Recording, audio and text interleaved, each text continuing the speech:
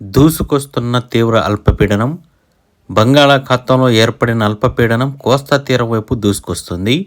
ఇది బుధవారం తీవ్ర అల్పపీడనంగా రూపాంతరం చెందింది. దీంతో రాబోయే 24 గంటల్లో వాయువ్య దిశగా పయనిస్తూ ఉత్తర తమిళనాడు, దక్షిణ కోస్తా తీరాల వైపు మళ్లుతుంది. తర్వాత కోస్తా అంతా వెంబడి కదులుతుందన్నమాట.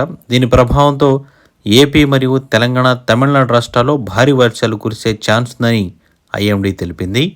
ఇక ఈరోజు, రేపు, ఎల్లుండి విజయనగరం, విశాఖపట్నం, అనకాపల్లి, కాకినాడ జిల్లాల్లో భారీ నుంచి అతి భారీ వర్షాలు కురుస్తాయని, శ్రీకాకుళం, అల్లూరి సీతారామరాజు, డాక్టర్ బిఆర్ అంబేద్కర్ కోనసీమ, పొట్టి శ్రీరాములు నెల్లూరు, తిరుపతి జిల్లాల్లో భారీ వర్షాలు కురిసే అవకాశం ఉందని వాతావరణ శాఖ తెలిపింది.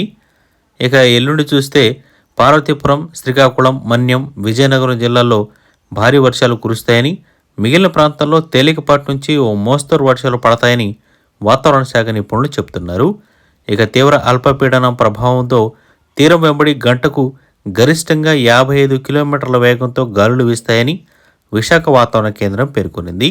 సముద్రం అలజడిగా మారిన నేపథ్యంలో మనకి మత్స్యకారులందరికీ కూడా వేటకు వెళ్లొద్దని వాతావరణ శాఖ అధికారులు హెచ్చరించారు.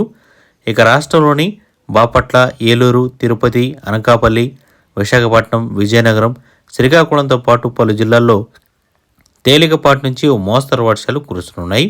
పలు జిల్లాల్లో సముద్రం అల్లకల్లోలంగా మారింది. వాతావరణ శాఖ పరిస్థితుల మేరకు నవంబర్, డిసెంబర్లో ఏర్పడే అల్పపీడనాలు తమిళనాడు సమీపంలో తీరం దాటుతాయని వాతావరణ శాఖ అధికారులు తెలిపారు. ఈ నెలాఖరు అండమాన్ సమీపంలో మరో అల్పపీడనం అయితే ఏర్పడబోతున్నట్లు వాతావరణ శాఖ అధికారులు అయితే తెలపడం జరిపింది. ఇక ఈ నైరుతి బంగాళాఖాతంలో బలపడిన అల్పపీడనం మనకి కొద్దిగా సముద్ర మట్టానికి 5.5 కిలోమీటర్ల ఎత్తులో విస్తరించి ఉన్నట్లు అమరావతి వాతావరణ కేంద్రం పేర్కొనింది.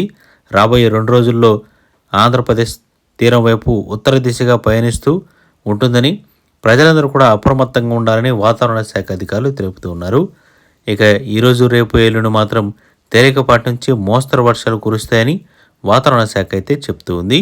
ఇదంతా కూడా ఏపీకి బిగ్ అలర్ట్.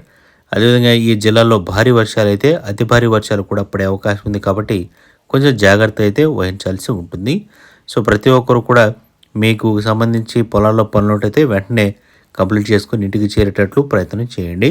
సో చెట్ల కింద మాత్రం, కూలిపోయే భవనాల కింద మాత్రం దయచేసి అక్కడ ఉండవద్దని కూడా పేర్కొంటూ ఉన్నారు.